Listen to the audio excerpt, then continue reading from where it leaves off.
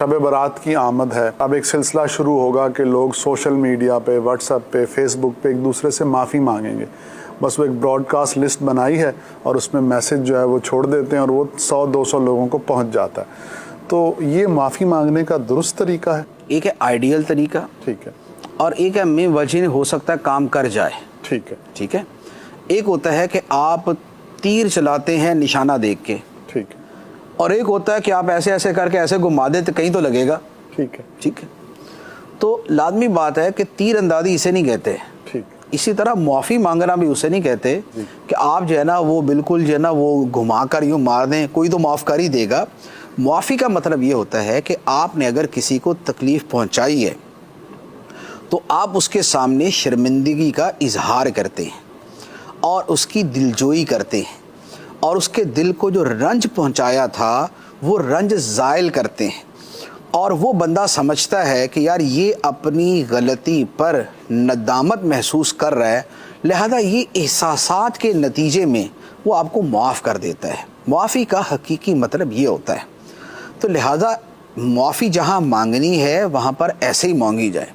ये जो बिल्कुल ही जो है ना वो तीर तुक्के वाली माफ़ी है, किसी जगह फ़ायदा दे भी सकती है कि जहाँ पर बंदों ने हुकूक ऐसे एक दूसरे के ज़ाय नहीं किए हुए, लेकिन पता नहीं है कि पता नहीं किसका हक़ ज़ाया किया हुआ, और बहुत बड़ी और 200 बंदों से जुदा जुदा माफ़ी मांगना बज़ाहिर मुश्किल होता है और इतनों की हक़ तलफ़ी की भी नहीं होती, तो बंदा सबको मैसेज कर देता है, फिर जो माफ़ कर दे तो माफ़ी भी हो जाती है। तो यूँ एक सर्टन लेवल तक, एक हद तक ये शय अपनी जगह मुफीद है। लेकिन जहां आपको पता है कि इस बंदे का मैंने दिल दुखाया, इसका हक ज़ाया किया, इसे मैंने तकलीफ़ दी, तो वहाँ पर उड़ती उड़ती और मुबहम सी माफ़ी जो है तो ये फिर माफ़ी नहीं बनेगी। लिहाजा माफ़ी मांगने में जो हकीकी तरीका है वो इख्तियार किया जाए कि जिसे कहते हैं माफ़ी मांगना, कि यार इस बंदे ने मुझसे माफ़ी मांगी है, वही माफ़ी मांगी जाए। वरना अब क्या हो रहा है कि अब आहिस्ता आहिस्ता लोग उल्टा नाराज़ हो रहे हैं कि यार ये कौन सा तरीका हुआ कि भाई जनाब यूं करके मुझे भेज दिया कि बस ये जी माफ़ कर देना। तो ऐसे थोड़ी माफ़ी होती है।